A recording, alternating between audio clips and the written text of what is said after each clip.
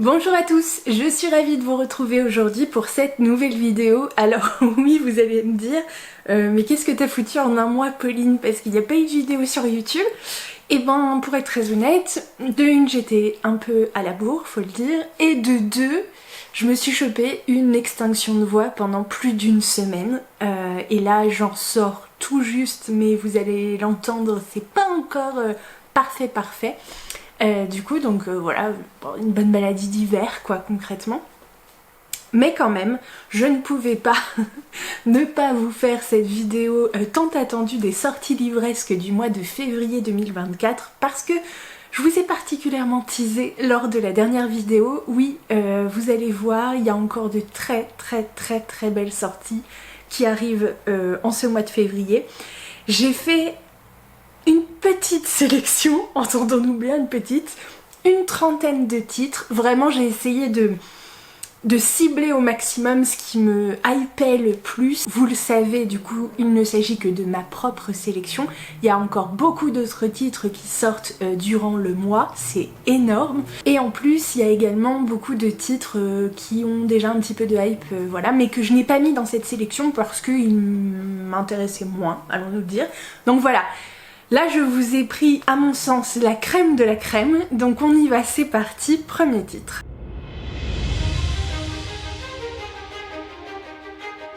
Premier titre grand format qui va sortir le 1er février, il s'agit de Et viva la vida de Sophie Jomain qui sort aux éditions Charleston. Porter une jupe, une robe courte ou un short, aller à la piscine sans paréo, manger gras ou trop sucré en public, chanter devant des gens, faire un bébé, etc. La liste des choses que s'interdit Marnie est longue, car Marnie ne s'aime pas. Et puisque les séances de psy ne sont pas franchement concluantes, il est grand temps de se bousculer.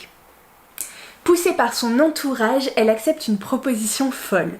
Suivre Fran, une femme rayonnante et sans complexe qu'elle connaît à peine, dans un road trip libérateur. Du Mont-Saint-Michel aux frontières de la Belgique, Marnie aura une semaine pour réaliser tout ce qu'elle n'a jamais osé faire et devenir la femme qu'elle a toujours rêvé d'être. Sophie Jomain signe une comédie pleine d'humour et de tendresse sur l'amitié féminine et la reconquête de soi. Un beau contemporain feel good, du coup, si vous avez envie d'un peu d'évasion et de bonnes ondes, eh bien je crois que c'est le titre qu'il vous faut. En parlant de cocooning et de feel good, un deuxième titre à vous proposer, toujours le 1er février, il s'agit d'un lundi parfum matcha de Michiko Aoyama qui sort chez Nami. Ce lundi-là, l'énigmatique propriétaire du café Marble à Tokyo organise une séance de dégustation de thé. Caché sous les cerisiers qui changent de couleur au fil des saisons, ce havre de paix se transforme alors en un lieu magique où l'amertume du matcha vient apaiser l'amertume de l'existence. Une brillante commerciale, poursuivie par la malchance depuis le Nouvel An, la propriétaire d'une boutique florissante qui a oublié l'humilité de ses débuts, une grand-mère en froid avec sa petite fille. Alors qu'un chat blanc comme neige observe paisiblement les étonnants humains qui l'entourent, le café Marble devient le lieu de rencontres insolites qui vont bouleverser la vie de ceux qui en ont ouvert la porte. De Tokyo à Kyoto, Michiko Aoyama nous offre un délicat roman choral sur la beauté et la fragilité des relations humaines. Troisième titre de ma sélection du mois, il s'agit toujours le 1er février de L'apprentie cartomancienne d'Aurélie Croiset qui sort dans la collection Écho des éditions Gulfstream. Une enquête palpitante au cœur du Paris napoléonien, fourmillant d'anecdotes historiques et mêlant avec brio ésotérisme et criminologie. L'histoire fictive de l'apprentie de la célèbre cartomancienne et nécromancienne française Marie-Anne Lenormand, née en 1772 et morte en 1843. Paris, début du 19e siècle. Louise survit dans la rue comme diseuse de bonne aventure.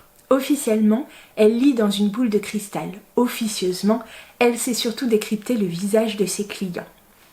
C'est ce qui pousse la célèbre cartomancienne Marie-Anne Lenormand à la prendre comme assistante. Ensemble, elles forment rapidement un duo très prisé de la place parisienne. Jusqu'au jour où tout bascule. Alors que l'inspecteur Brandicourt sollicite les compétences de Marianne sur une étrange affaire de meurtre, la prophétesse est arrêtée pour trahison. Déterminée à ne pas laisser ce coup du sort la renvoyer dans la rue, Louise va œuvrer pour libérer sa mentor et faire la lumière sur ce crime mystérieux. De la cour de l'impératrice Joséphine au bas-fond de la capitale, l'apprentie cartomancienne devra se faire discrète et clairvoyante, car les dangers sont nombreux dans ce monde de complot, de jalousie et de traîtrise.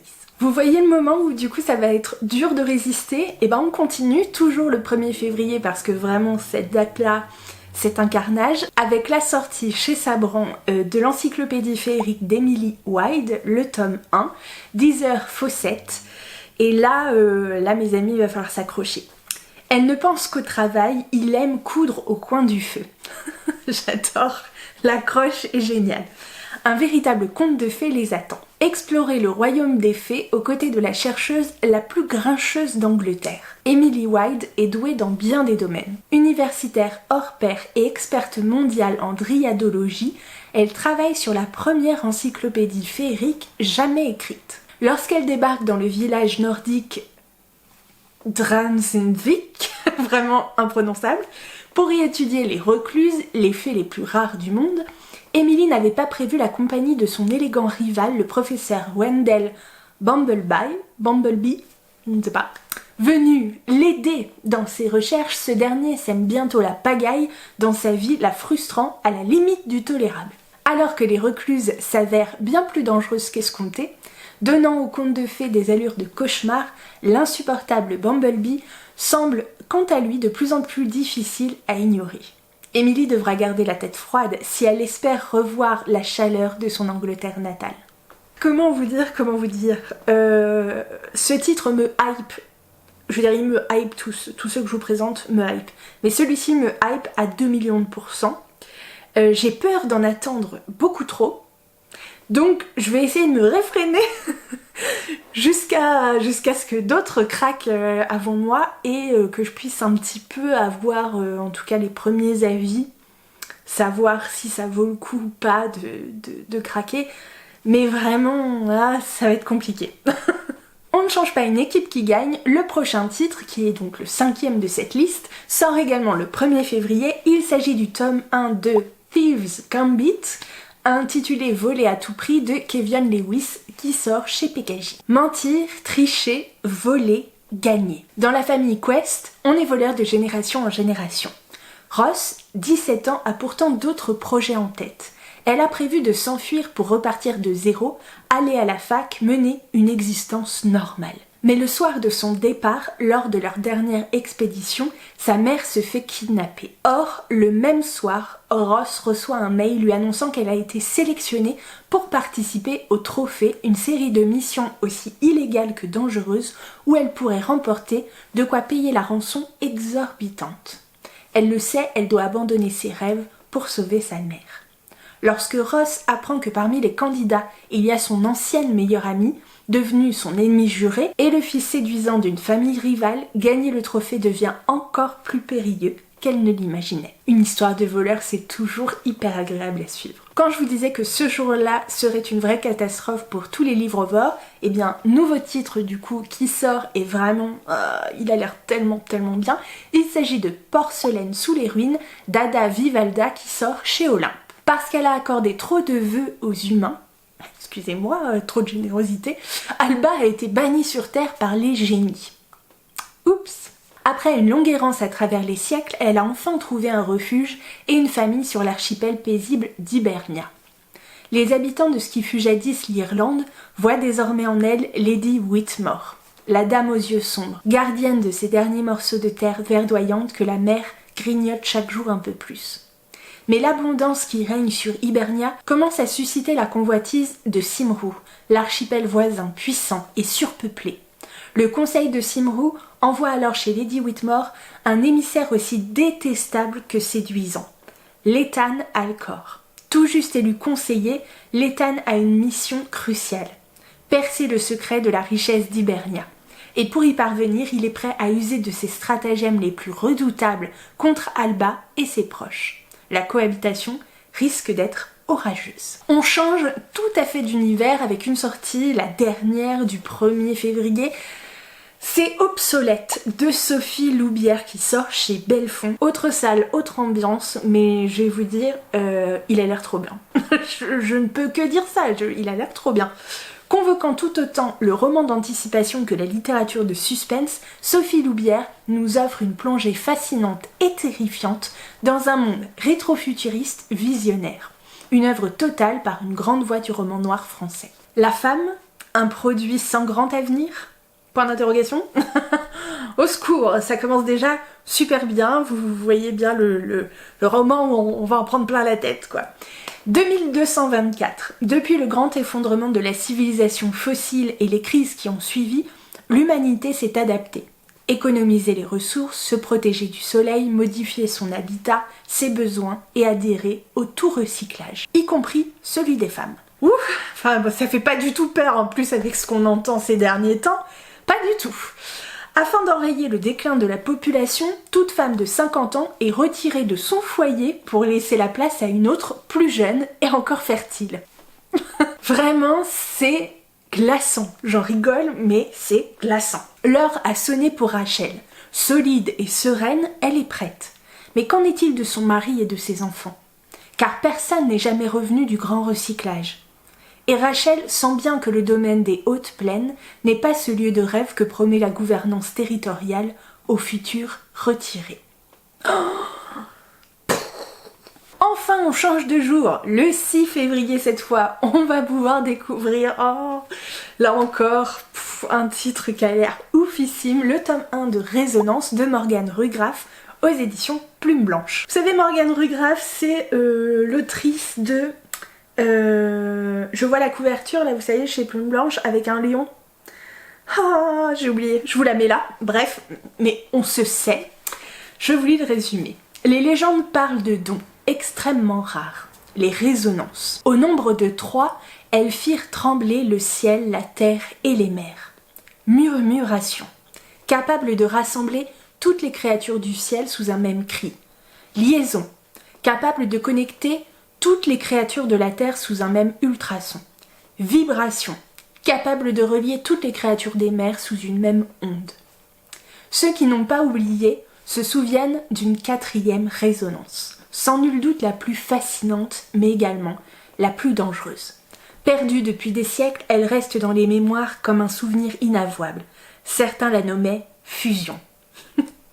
Pardon, ça me fait rire. Rien à voir. Petite parenthèse, le fusion, ça me fait trop rire parce que ça me fait penser à un épisode de Friends où du coup, c'est Chandler qui dit à Monica qu'il a une idée de décoration. Vous savez, de tête de lit au-dessus de leur lit, les panneaux dans les entreprises, la fusion. Et j'ai cette partie-là, enfin ce souvenir-là qui revient. Ça me fait trop rire cette façon de le dire, mais qui n'a rien à voir avec ici. Bref, retour au résumé. Et d'autres aberrations. Mais qu'importe le nom. Kayden et Tegan Jace... Oula, c'est pas facile à dire. Kayden et Tegan Jace vivent à Ténéris, une ville portuaire sous le Magnanube,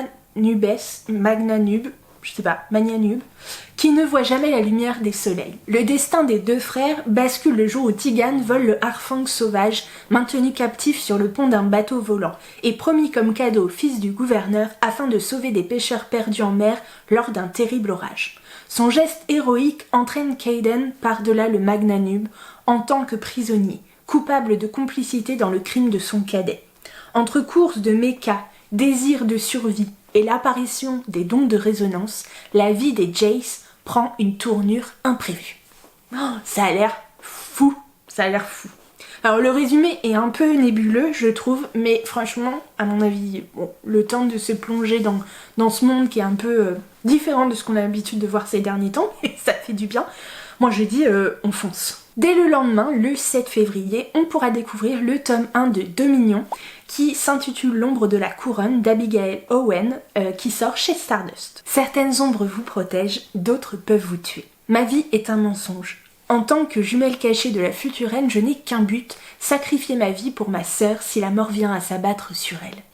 Née en second, j'ai vécu jusque-là, sous l'apparence d'une fille humble et discrète, me glissant dans le palais et dans le rôle de la vraie princesse lorsque le danger se montrait. Aujourd'hui, la reine est morte, et le roi Édolon a envoyé à ma sœur un drôle de cadeau, une demande en mariage. Je ne lui fais pas confiance, alors j'exécute ce pourquoi je suis née et je prends sa place incognito la veille du couronnement. C'est ainsi que ce mystérieux jeune homme dont je peux sentir l'ombre quand il croit enlever la nouvelle reine me capture par erreur. Alors que j'essaie de m'échapper, mon tissu de mensonges commence à s'effilocher. Quant au Shadow Race qui m'a enlevé, il semble avoir ses propres lourds secrets. Je le vois lutter pour contenir ses ombres, mais l'hiver menace. Les ténèbres s'annoncent et le seul moyen de sauver ma sœur est de combattre le Shadow Race qui est en train de voler mon cœur. Oh cette dernière phrase est un petit fantasy, une petite romantaisie même peut-être, qui a l'air bien sympathique ma foi.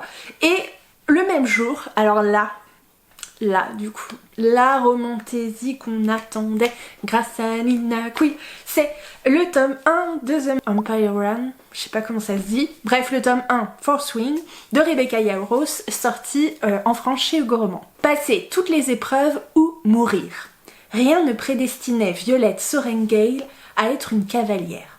Elle était censée intégrer le cadran des scribes et mener une vie tranquille parmi les livres. Ou moi. Elle dont les os sont si fragiles qu'ils peuvent se briser en un instant. Moi. Mais aujourd'hui est le jour des conscriptions. Et en tant que fille de la générale, elle-même cavalière et dresseuse de dragons, Violette n'a d'autre choix que de satisfaire les ordres de sa mère et de rejoindre les épreuves de sélection pour devenir dragonnière, l'élite de la Navarre. Pourtant, le simple fait d'envisager s'inscrire à cette compétition lui paraît ridicule, car les dragons ne se lient pas aux humains fragiles, ils les brûlent. Mais Violette peut être la candidate la moins forte physiquement et cependant rusée et rapide. Des qualités indispensables quand on évolue dans un monde sans foi ni loi, où les alliés peuvent vite devenir des ennemis ou peut-être encore des conquêtes. Violette va vite devoir penser à un plan solide car cette compétition n'a que deux issues. Passer toutes les épreuves ou mourir. Vraiment, on adore. Bref, j'ai super hâte parce que Nina Quill, que je suis pas mal quand même sur YouTube, en parle déjà depuis très longtemps et vraiment on a fait une super bonne promotion et il semble absolument génial et j'ai super hâte, vraiment il va rejoindre ma wishlist d'Ardard. Une belle sortie qui arrive également, cette fois chez Big Bang, le 7 février, il s'agit de Plein Ciel de Siècle Vaelban, ou Valban, pardon pour la prononciation. Sur l'île de la Nébuleuse, l'opéra Plein Ciel fait la pluie et le beau temps. Et chacune de ces représentations se doit d'être parfaite. Des confins à la capitale, tous les habitants sont appelés à mettre leurs dons au service de l'opéra. Née au sein d'une famille d'aristocrates capables de métamorphoser les corps, Ivoire est une simple dompteuse de rubans. Et c'est loin de son milieu social qu'elle a trouvé sa place au sein d'un prestigieux atelier de couture. Mais lorsque la maîtresse jouet de Plein Ciel remarque son talent, Ivoire n'a pas le choix. Elle est forcée d'emménager au cœur de l'opéra. La voilà plongée dans les coulisses, où la vie se mène à un rythme effréné, au gré des préparatifs, des intrigues de cour et des pamphlets interdits qui circulent sous le manteau et promettent un autre monde possible. Ça a l'air trop bien. Vraiment, ce monde de l'opéra Plein Ciel là, je trouve ça hyper prometteur et ça donne très envie. Ça me fait beaucoup penser du coup au Paris 18e, 19e siècle et je veux. Donc voilà, à voir ce que ça donne, mais en tout cas il me hype à fond. Oh là là, si vous avez aimé La Maison au milieu de la mer Céruléenne par exemple, ou les titres qu'il a sortis également en dehors, eh bien le 8 février c'est une nouvelle sortie TJ Klune, toujours chez De Saxus, et cette fois c'est un livre qui s'intitule Dans la vie des pantins, et ça a l'air tellement chouette. Non mais quand je vous disais que ces 2 mois vraiment c'est pour signer notre fin à tous. Pénétrez dans une forêt étrange et suivez le voyage extraordinaire d'une famille faite de pièces détachées. Victor est le dernier humain vivant depuis que l'humanité a été éradiquée. Il partage la vie de 3 robots, son père Giovanni, l'infirmière Ratched, aux tendances sociopathes mais au grand cœur, et Rambo, un petit aspirateur anxieux. Tous vivent en sécurité dans une maisonnette perchée dans un arbre. Leur vie parfaite bascule lorsque Victor ramène de la casse un nouvel androïde qui alerte involontairement l'autorité de l'endroit où se cache Giovanni. Ce dernier est capturé puis transféré à la ville des rêves électriques. Pour le groupe d'amis, le temps presse. Ils doivent le retrouver avant qu'il soit reprogrammé et sa mémoire effacée. Mais bientôt, c'est l'existence même de Victor qui se trouve menacée. Pour la Saint-Valentin, le 14 février, sortira chez Rajo, au plus profond de la forêt, Dolly Black. À sol clair, les humains et les faées coexistent. Là, au plus profond de la forêt, celui qui cherche bien peut trouver un cercueil de verre. Blanche-Neige? Non. À l'intérieur, un garçon doté de cornes et d'oreilles aussi pointues que des couteaux est assoupi depuis des générations. Hazel et Ben, frères et sœurs, étaient tous les deux amoureux de lui quand ils étaient enfants. Mais le jour où le garçon failli se réveille enfin pour sortir de sa prison de verre, le monde bascule. Petite fille, Hazel aimait prétendre être une chevaleresse, brandissant son épée et réparant les torts. Mais ces jeux d'enfants seront-ils suffisants pour échapper aux trahisons et sauver Sol Clair du danger qui menace? Suspense. On enchaîne cette fois chez Flammarion le 14 février, toujours aussi pour la Saint-Valentin, la sortie d'une très belle saga qui arrive, de Cassandra O'Donnell, qu'on connaît bien quand même tous et toutes à mon avis. C'est le tome 1 de la saga Dead Garden, qui s'intitule L'héritière, avec mon accent vraiment impeccable. Bref, je voulais le résumer. Croyez-moi, devenir faucheuse et passer toutes ses journées en compagnie des défunts n'est pas le métier qu'on rêve de faire à 16 ans. Oui, on veut bien le croire. Mais bon, comme le dit si bien grand-mère, dans la vie, on ne fait pas toujours ce qu'on veut. Je crois qu'on l'a tous entendu aussi. En particulier quand on grandit dans une famille comme la mienne. Mauvais sort, disparition inquiétante, empoisonnement suspect, chez nous les distractions ne manquent pas. Quand s'ajoute une série de meurtres inexpliqués dans le clan des puissantes sorcières Vicaris et la visite inopinée d'Ella, la déesse de la mort, je commence à me dire que ça fait beaucoup. Il est grand temps de m'intéresser aux forces maléfiques qui se mettent à l'œuvre. La romancière à succès Cassandra O'Donnell nous ouvre les portes d'un nouveau monde de fantaisie, singulier et fascinant. On poursuit du coup cette fois le 15 février avec la sortie de Se perdre à l'orée des songes de Tess Corsac, qui sort dans la collection électrogène de chez Gulfstream. Une quête d'identité qui passe par l'exploration de ses propres rêves. Oui. Une méthode expérimentale basée sur les rêves pour résoudre une sombre affaire de trafic de stupéfiants. Là ça commence à nous titiller, une héroïne en proie aux démons de son passé. Eh ben embarquons, on signe, on lit le résumé. La technologie permet désormais à des onironautes, c'est pas facile à dire, d'accéder aux rêves des gens. Dans ce domaine, Éole et Naomi sont les meilleures. Le jour où cette dernière est recrutée pour une mission secrète, Éole se sent trahie. Elle qui croyait leur duo inséparable se retrouve seule sans explication. Lorsqu'elle apprend finalement que Naomi est recrutée pour infiltrer les rêves d'un individu lié à une organisation criminelle, Éole souhaite à tout prix s'engager dans cette investigation. Plongée à son tour dans l'esprit de cet homme, elle découvre qu'il est impliqué dans le tragique accident qui l'a meurtri étant enfant. Cette enquête devient alors personnelle et Éole est plus déterminée que jamais à établir la vérité. Mais est-elle vraiment prête à affronter les vestiges de son passé ? Ouh là là, alors je vous préviens tout de suite pour tous les fans de la saga Anne de Green Gables et tout, de J.C. Maud Montgomery, eh bien Monsieur Toussaint Louverture nous fait le plaisir de nous sortir un nouveau titre, c'est pas un nouveau titre, c'était juste un titre qui n'était pas encore sorti chez eux, de J.C. Maud Montgomery. Il s'agit du tome 1 de sa série Émilie de la Nouvelle Lune. Et alors là, je vous souhaite bon courage parce que concrètement, moi je vous souhaite bon courage parce que je vais pas craquer pour celui-là dans un sens où c'est pas parce qu'il me donne pas envie, c'est parce que j'en suis au tome 1 toujours d'Anne Shirley. J'ai les 3 premiers tomes je crois et que je vais pas acheter une nouvelle série tant que j'ai pas fini celle-ci. Voilà, on essaye de se raisonner que quand même un petit peu quoi. Mais je vous lis le résumé parce que quand même.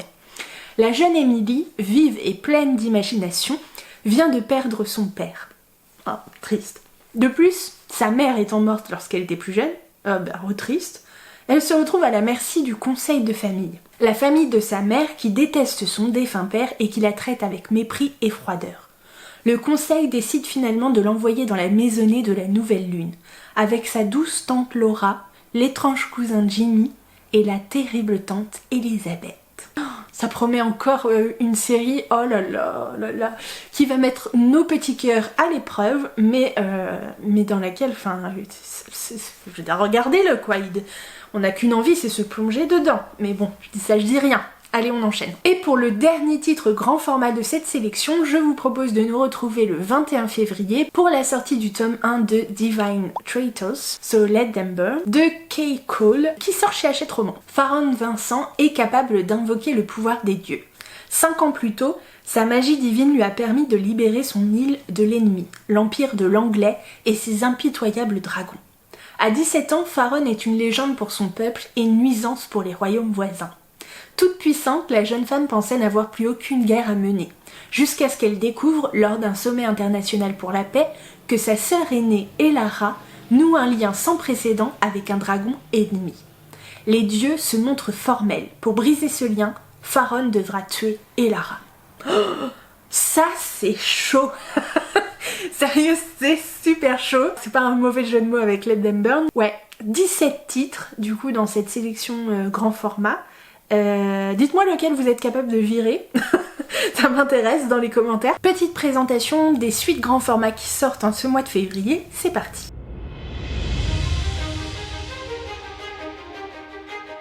Et bien pour commencer, le 1er février sortira chez De Saxus le tome 3 de Crescent City, intitulé Maison de la flamme et de l'ombre de Sarah Chimas. Est-ce que j'ai commencé cette saga? Non. Est-ce que j'ai les 2 premiers tomes dans ma palle? Oui. Mais voilà, que vous dire, du coup ça attendra un petit peu, hein, ça attendra un petit peu.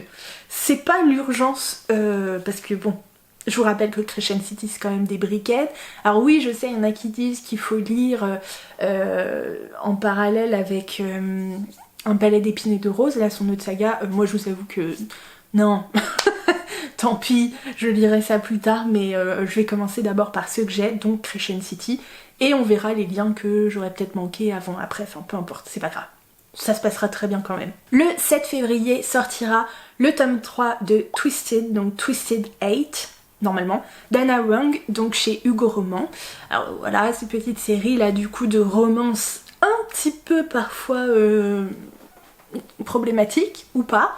Ça dépend de votre degré de voilà. Mais en tout cas ça donne quand même bien envie un petit peu, un truc un peu addictif tout ça, quand même pourquoi pas. Alors une sortie chez Lumen le 8 février, vraiment cette couverture je la trouve folle. Déjà la première je la trouvais très très belle, mais alors celle-là, ça donne très très envie d'aller voir ce titre là aussi. C'est le tome 2 pardon, de Lune et de Sang, qui s'intitule De silence et d'ombre d'Erin Beatty, donc sorti chez Lumen évidemment. Le 12 février, vous pourrez découvrir le tome 3.5 du Royaume du Nord, intitulé La Princesse Rebelle, de Virginie Descamps chez Bookmark, donc dans la collection Infinity Onirique. Le 15 février, c'est cette fois la sortie du tome 10, au secours, je n'ai lu que les 2 premiers tomes, des enquêtes d'Anna Swensen, Meurtre et chou à la crème, de Joanne Fluke, qui sort chez Cherche Midi. Oh là là, un titre que je suis très très contente de voir sortir, même si j'ai pas lu le premier tome, mais je l'ai dans ma pile à lire, vous commencez à connaître le principe. C'est le 21 février, le tome 2 de l'école de minuit, intitulé Démons en fuite, de Maëlle Desarts, qui sort bien évidemment chez Rajo. Et pour finir, le 21 toujours, février, vous allez pouvoir découvrir le titre Twisted Tale, qui s'intitule cette fois L'épée dans l'enclume, donc autour du roi Arthur et de Merlin, bien évidemment, de Marie Mancoussi, qui sort chez Hachette Heroes. On ne perd pas de temps, on va voir du côté des poches.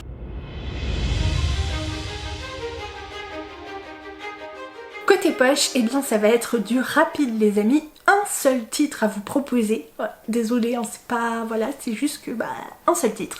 Le 1er février, ce sera facile de s'en souvenir, c'est la sortie de Sauvage de Nathalie Bernard qui sort chez Gallimard dans sa collection Pulp Fiction. Arraché à sa famille, Jonas vit depuis ses 10 ans dans un pensionnat pour enfants autochtones et se plie aux règles qui ont pour but petit à petit de tuer l'Indien en lui. Déjà, waouh, ça pose le décor tout de suite. Comment survivre au sein de cet enfer? Un roman poignant et captivant qui dénonce ces pensionnats, véritables prisons qui ont existé au Québec jusqu'à la toute fin du XXe siècle. 20e siècle quand même, 20e siècle. C'est horrible. bref, c'est compliqué. J'avoue que du coup ça me fait tout de suite penser, alors vous allez dire les références à la noix, mais moi quand j'étais petite, chez ma grand-mère notamment, et elle aussi chez mes parents, on regardait Dr. Quinn, femme médecin, dans le Colorado, donc qui allait dans le Colorado, enfin bref, et du coup on apercevait déjà un peu les prémices de ces pseudo-écoles de réforme. Ah mon dieu, quelle horreur. Donc voilà, j'entreaperçois du coup de quoi il va retourner, mais c'est pas pour autant que voilà. Mais en tout cas, ça donne vraiment très très envie d'en apprendre plus sur historiquement ce qui s'est passé. Et moi, ça m'a tout de suite interpellée quand j'ai vu que ça existait quand même, enfin là au Québec, jusqu'à la toute fin du XXe siècle. Mais XXe siècle, les amis, c'était hier. Enfin, hier, on s'entend, mais dans les années 1900 quoi, je veux dire, ça remonte pas à tant de temps que ça, enfin bref, c'est choquant.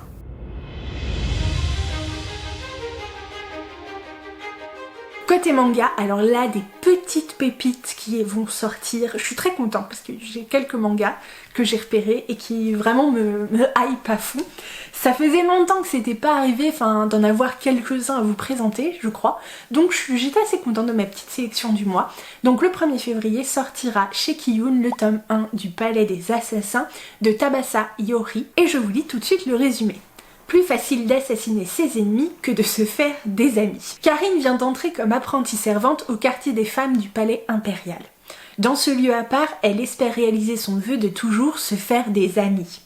Fille du haut fonctionnaire le plus craint de l'Empire et considérée comme le bras armé de son conspirateur de père, elle a toute sa vie vécu isolée. Même si elle est experte dans l'art de l'assassinat, elle n'aspire qu'à une vie normale. Pourtant, les efforts qu'elle fournit pour se rapprocher de ses camarades sont vains, car la peur qu'elle inspire fait d'elle une paria. Un soir de tempête, alors qu'elle est au bord du désespoir, mais c'est touchant quand même, c'est fou ça, un garçon s'approche pour lui offrir son parapluie avant de disparaître.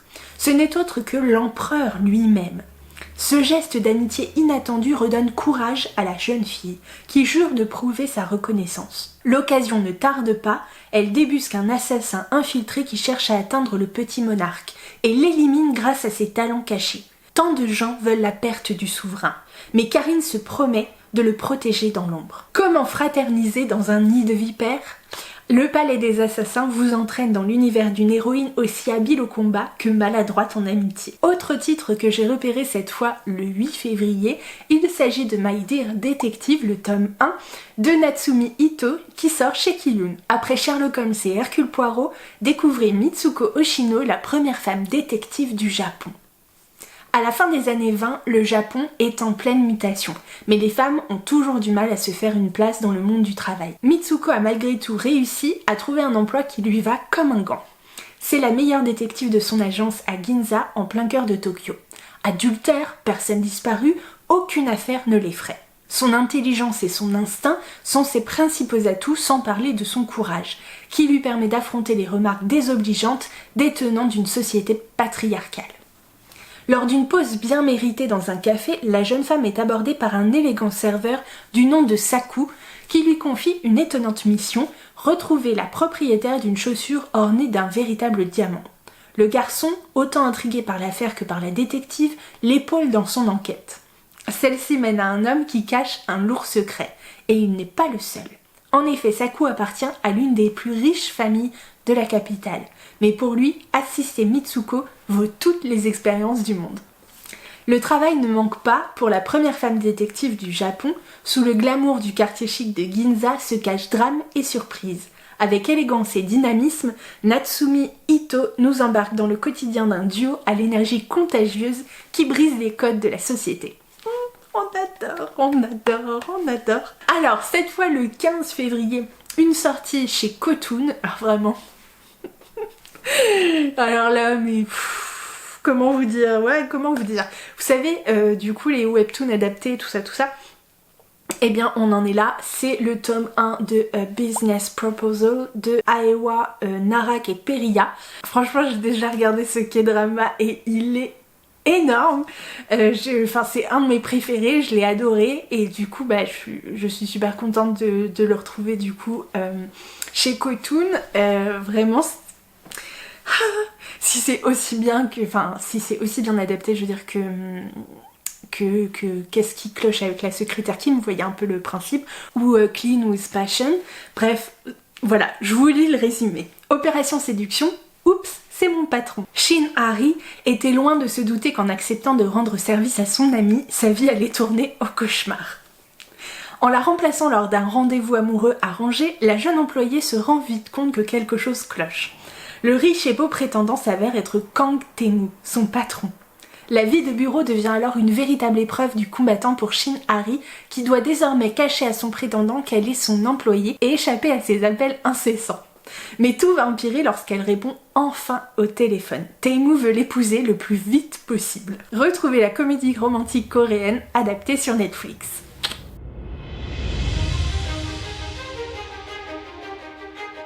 Côté BD, le 7 février, on pourra découvrir Girlfriends de Sarah Soler, pardon pour la prononciation, qui sort chez Sarbacane.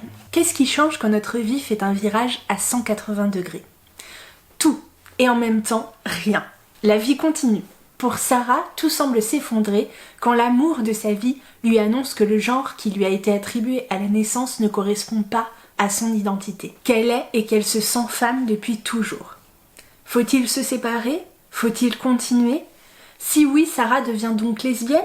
Et que dira la famille? Aux amis? Les questions se bousculent. Mais après les premières craintes que ce tournant soudain ne mette fin à leur relation, Sarah et Diana se rendent compte que leur amour est plus fort que les normes que la société leur impose et que rien n'a changé entre elles. Désormais, elles vont l'une comme l'autre devoir sortir du placard et affronter le regard des autres. Ensuite, le 9 février, cette fois chez Kinaï, on pourra découvrir Les Oubliés d'Elsa Bordier et Hugo de Craine. Parti faire du camping avec sa maman, Lou voit celle-ci se faire enlever par une créature extraterrestre qui tente aussi de s'en prendre à elle. Alerté de la présence du monstre grâce à son médaillon, William intervient et réussit à sauver Lou. Après l'avoir remise sur pied, il s'apprête à disparaître, mais il ne tarde pas à se trouver un objectif commun avec la jeune fille, localiser la bête. Lou souhaite retrouver sa mère et William est en quête de vengeance depuis plusieurs mois. Autre ambiance, mais du coup ça a l'air vraiment super cool. Et une petite dernière quand même pour la route côté BD, cette fois le 9. Bah oui, le 9 février. C'est le premier tome des racontages de Monsieur Perrault qui s'intitule Notes d'automne de Pog et Stéphanie Léon qui sort chez Dargaud. Et si Charles Perrault s'était inspiré de jeunes gens aux histoires incroyables pour écrire ses célèbres contes? Si l'homme de lettres avait été leur professeur avant de coucher ses histoires sur papier, celles-là même qui traverseront les siècles, toujours lues aujourd'hui. Dans un subtil entrelacement de merveilleux d'humour et d'anachronisme, voici une rencontre étonnante qui magnifie le travail de Perrault. Imaginez, c'est au milieu d'une clairière que le vieil instituteur découvre pour la première fois le jour de la rentrée scolaire l'école Belle Épine. Celle-ci ne compte qu'une seule classe, regroupant tous les élèves de la grande section au CM2. Au premier rang, Greta, un petit chaperon rouge je sais tout, Garou, jeune garçon muet élevé par des loups, Flamèche, la fille pyromane d'un couple de pompiers, ou encore les frères Goret, au prénom délicat, qui pue, qui bave et qui pète. Hors du temps, hors du monde, cette classe hétéroclite surprend le professeur par les valeurs de vivre ensemble et d'amitié qu'elle véhicule, valorisant les différences. Ce premier album amorce une série jeunesse tout en douceur et bienveillance, dont le deuxième tome paraîtra dès septembre 2024.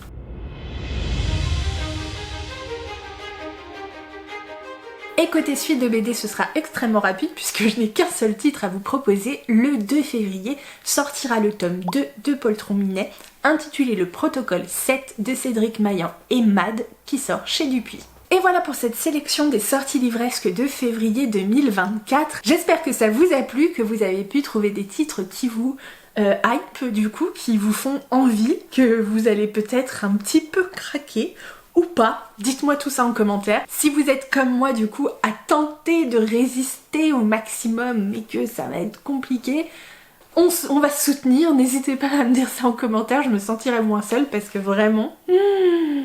s'il y a des mois où c'est des trucs sympas et tout, mais bon voilà, mais là, ça va être terrible, ça va être terrible. Il va falloir qu'on ferme les yeux, qu'on ne sorte pas de chez nous pendant un mois, qu'est-ce que c'est que ça? Enfin, ça va être terrible. Ça va être terrible. On se sait tous. En tout cas, j'espère que vous allez bien, que ce début d'année, du coup, vous comble de joie, que ça promet, du coup, une belle année 2024 pour vous. Même si on sait que c'est pas parfait, que des choses dans la vie, dans le monde, tout ça, nous inquiète. En tout cas, moi, m'inquiète. Mais écoutez, on va essayer quand même de se concentrer sur le positif, parce que heureusement, il y en a. Et il en faut. Donc voilà, on va poursuivre nos aventures livresques et ça c'est quand même super cool. Je vous remercie du coup de me suivre voilà, avec autant de bienveillance et autant d'amour, enfin de partage et tout. Vraiment, vous êtes des petits cœurs et c'est un plaisir à chaque fois de partager avec vous. Et vous êtes en plus gentiment en train d'approcher les 1000 sur la chaîne et ça c'est quand même un truc de fou. Moi je trouve, à ma petite échelle, je trouve ça incroyable. Donc n'hésitez pas à commenter, liker et partager, à vous abonner si ça n'est pas encore fait. Ça prend 2 secondes et c'est gratuit, donc surtout n'hésitez pas. Et en attendant de vous retrouver pour une prochaine vidéo, parce que oui il y en aura et j'espère plus régulièrement, je vais tout faire pour. Eh bien je vous souhaite de très belles lectures, je vous fais plein de gros bisous, prenez soin de vous et à très bientôt.